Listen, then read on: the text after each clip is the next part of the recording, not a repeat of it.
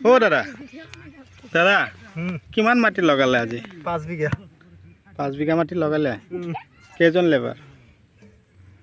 7জন labour. 7জন labour না? দুটা গ'ল। ৰাতিপুৱাৰ পৰা লগাই আছে আজি? একেবাৰে ৰাতিপুৱা 5টাৰ পৰা। যোৱাকালি এইবিলাক চব ৰেডি ৰাখিছিলে? একেবাৰে টনটনা। যোৱা বছৰ যে খেতি কৰিছিলে কবি কিমান টকা বিকিছিলে 5 বিঘাত? 3 লাখ টকা বিক্ৰী কৰিছোঁ আমি। 3 লাখ? এইটো কি পুলি? এইটো 1522। সিনজিন্দা কোম্পানী 1522। তো এইবিলাক লগাই যা আছে ইয়াৰ এইটো খেতিত গোবৰ সাৰ কিমান দিছে? এক গাড়ী। এক ট্ৰাক তাৰ মানে?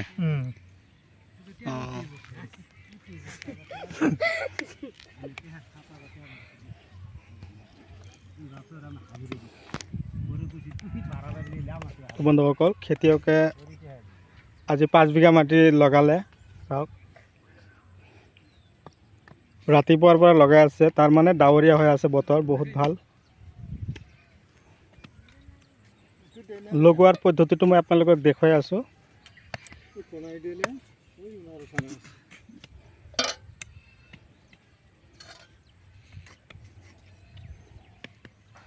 আৰু এইখিনি বাকী আছে। খেতিয়কৰ অৱস্থা একদম বেয়া, তাৰমানে ৰ'দ বৰষুণ নামানে। ৰ'দৰ মাজতো কাম কৰিব লাগে, বৰষুণৰ মাজতো কৰিব লাগে। এইফালে লাইন নহয়তো, আপুনি ক'ত গৈ এনেই লগাই আছে? তো বন্ধুসকল আপোনালোকে যদি মোৰ ভিডিঅ'টো ফেচবুক পেজত চাই আছে তেনেহ'লে পেজটো ফ'ল' কৰক, আৰু যদি ইউটিউব চেনেলত চাই আছে তেনেহ'লে মোৰ চেনেলটো ছাবস্ক্ৰাইব কৰি দিব, আৰু কাষত থকা বেল ঘণ্টিটো বজাই আপোনালোকে মোক আগুৱাই যোৱাত সহায় কৰিব। 1 বিঘা মাটিত কিমান পুলি লগাব পাৰি? দাদা কিমান পুলি? 6000। 6000 পুলি লগাব পাৰি? 6000 নহয়, 7000 পুলি লাগিব। 7000? খেতিয়কে ভাল জানে।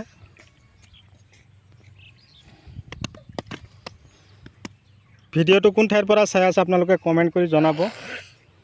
বেলেগক চাবৰ কাৰণে সুবিধাৰ্থে আপোনালোকে যিমান পাৰে মোৰ ভিডিঅ'টো শ্বেয়াৰ কৰিব। এটা শ্বেয়াৰৰ কাৰণে ধৰক আমাৰ খেতিয়ক বন্ধুসকলে এনেকুৱা ধৰণৰ খেতি কৰিবৰ কাৰণে আগ্ৰহী হ'ব, মনোযোগী হ'ব। ফুলকবি, বন্ধাকবি, ওলকবিৰ পুলিবিলাক যে আমি লগাই থাকোঁ, আপোনালোকে লক্ষ্য কৰিব যিদিনাখন চাব বতৰ ডাৱৰীয়া হৈছে, অলপ যেন কেনকেনীয়া বৰষুণ পৰিব, সেইদিনাখন আপোনালোকে টাৰ্গেট ল'ব যে আজি পুলি লগাই শেষ কৰিম। সেইটো মুহূৰ্তত আপোনালোকে লগাব পাৰিলে আপোনালোকৰ পুলিবিলাক নষ্ট নহ'ব। এতিয়া কথা হ'ল কি, খেতি কৰাৰ আগমুহূৰ্তত গোবৰ সাৰ দিছে বুলি ক'লে এক ট্ৰাক গোবৰ সাৰ দি যদি আপোনালোকেও খেতি কৰে, আপোনালোকৰ খেতিটো 100% হ'বই। তাৰ উপৰিও ছুপাৰ ফছফেট ধৰক বিঘাই প্ৰতি 35 কিলো, তাৰপিছত পটাছ দিব 10 কিলো, ইউৰিয়া ধৰক 8ৰ পৰা 10 কিলো, DAP 8ৰ পৰা 10 কিলো সিঁচিব।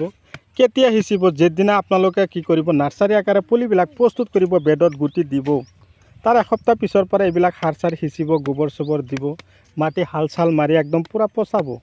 তাৰপিছত মোটামুটি পুলিৰ বয়স যেতিয়া চাব 25ৰ পৰা 27 দিন হৈ গৈছে, সেই মুহূৰ্তত ধৰক আজি লগাই আছে, পুলিৰ বয়স আজি ধৰক 27 দিন হৈ গ'ল। এয়া চাওক খেতিয়কে আজি লগাই আছে।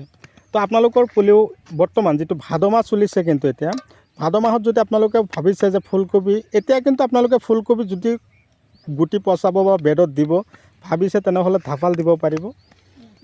এতিয়া ধাপাল ফুলকবিৰ গুটি আপোনালোকে ধুমধাম পেলাই দিয়ক, কোনো কথা নাই। এই যিটো লগাই আছে এতিয়া কিন্তু 1522, তাৰপিছত শ্ৰীৰাম 456 আছে, তাৰ উপৰিও ওলকবি আছে, বন্ধাকবি আছে। বন্ধাকবি বৰ্তমান যিটো লগাই আছে গুটি, এইটো হ'ল চেমিনিছ কোম্পানীৰ আণ্ডাৰৱাল যিটো বন্ধাকবি, এইটো বৰ্তমান লগোৱা হৈ আছে। তাৰ উপৰিও ওলকবি বৰ্তমান যিটো গুটি বা পুলি প্ৰস্তুত হৈ আছে, এইটো পাণ ওলকবি। এইবিলাক ধৰণৰ তাৰমানে আগতীয়াকৈ যদি খেতি কৰে আপোনালোকে, তেনেহ'লে আগতীয়াকৈ এইবিলাক গুটিৰ নামটো আপোনালোকৰ জনাটো নিতান্তই প্ৰয়োজন। যদি আপোনালোকে গুটিৰ নাম আগতীয়াকৈ কোনটো কৰিব লাগিব, অকণমান ঢাল ছিজনত কোনটো কৰিব লাগিব, লাষ্টত কোনটো কবিৰ গুটি পেলাব লাগিব, এই কথাখিনি যদি আপোনালোকে নিজাববীয়াকৈ পৰীক্ষামূলকভাৱে বিচাৰণ কৰিব নোৱাৰে বা গুটি চিনি নাপায়, কোন সময়ত লগাব লাগে, কোন সময়ত গুটি বেডত দিব লাগে, এইবিলাক যদি বুজি নাপায় তেনেহ'লে কিন্তু আপোনালোকে খেতি কৰাটো অসম্ভৱ। তো আগৰ ভিডিঅ'ত মই আপোনালোকক দেখুৱাইছোঁ পুলি কেনেকৈ প্ৰস্তুত কৰিব লাগিব, কেনেকৈ বেড বনাব লাগে, আপোনালোকে নিশ্চয় পাইছিলে। তো আজিৰ এই ভিডিঅ'টো অকণমান ব্যতিক্ৰমী ভিডিঅ' দি আছোঁ, মানে গুটিৰ পৰা পুলি প্ৰস্তুত হ'ল, 27 দিন হ'ল লগাই আছে। এতিয়া কথা হ'ল লগোৱা যে শেষ হ'ব, লগোৱাৰ 3 দিন বা 4 দিন পিছৰ পৰা আপোনালোকে ইনচেক্টিচাইড মানে পোকৰ ঔষধ স্প্ৰে কৰিব লাগিব। আজিকালি ধৰক পোকৰ উৎপাত বাঢ়ি গৈছে, কিহৰ কাৰণে আপোনালোকে নিশ্চয় অৱগত। এই ৰ'দৰ টেম্পাৰেচাৰ বাঢ়ি যোৱাৰ লগে লগে পোকৰো উৎপাত বাঢ়ি যায়। সেইকাৰণে আপোনালোকে উন্নত ধৰণৰ মেডিচিনবিলাক দি যাব। ধৰক ৰেলিক আছে, তাৰপিছত পকেট আছে, আৰু সৰু পুলিবিলাকৰ তাৰমানে ফাংগিচাইড লাগিলে ভাল কৰিবৰ কাৰণে চাপ আছে, এণ্ডোফিল M45, এইবিলাক মেডিচিনবিলাক আপোনালোকে দিব। যেতিয়া পুলিৰ বয়স 15 দিনমান হৈ যাব, দাহাত ডাষ্টাৰ মিলাই দিব। 15 পৰা 20 দিন যেতিয়া হৈ যাব, ৰামজাৰ স্প্ৰে কৰিব। মিৰাকোলান ভিটামিন মাজে মাজত দিব পাৰিব। পাতবিলাকতো ধৰক ৰ'দৰ কিছুমান সময়ত পুৰি যায়, ক'লা দাগ পৰি যায়। এইবিলাক চাইপাৱাৰ প্লাছ, ৰজোটা, ডবল, ট্ৰিপল বুষ্টাৰ এল, এইবিলাক হ'ল ভিটামিন। এইবিলাক ভিটামিনৰ পৰা যিকোনো এটা আপোনালোকে দি দিয়ক। এই ঔষধবিলাক আপোনালোকে কেতিয়া দিব জানে? মৰ্ণিঙৰ সময়ত আপোনালোকে নিদিব, ধৰক আগবেলি নিদিব। ধৰক আপুনি ঔষধ দি কিনে ঘৰত আহিলে লগে লগে আপোনালোকৰ খেতিৰ তাৰমানে পুলিবিলাকৰ ওপৰত স্প্ৰে কৰিলে, ঘৰলৈ আহিলে লগে লগে যেতিয়া ৰ'দ মাৰি দিব, তেতিয়া কিন্তু পুলিবিলাক ৰ'দত পৰি যোৱাৰ সম্ভাৱনা থাকিব। সদায় আপোনালোকে লক্ষ্য কৰিব, পোকৰ ঔষধেই হওক, ভিটামিনেই হওক, সদায় 4টা বজাৰ পিছত আবেলি। আৰু যদি ফাংগিচাইডৰ ঔষধবিলাক দিয়ে, মোটামুটি 2টা বজাৰ আগত দিব পাৰিব বা 2টা বজাৰ পিছত দিলেই হ'ল, লগে লগে যাতে ৰ'দৰ পোহৰত শুকাই যায়। ভিডিঅ' চাই কেনে পালে কমেণ্ট কৰিব। তো আজিলৈকে মই এইখিনি অন্ত মাৰিছোঁ। পৰৱৰ্তী ভিডিঅ'ত পুনৰে আপোনালোকক লগ পোৱাৰ আশাৰে ধন্যবাদ।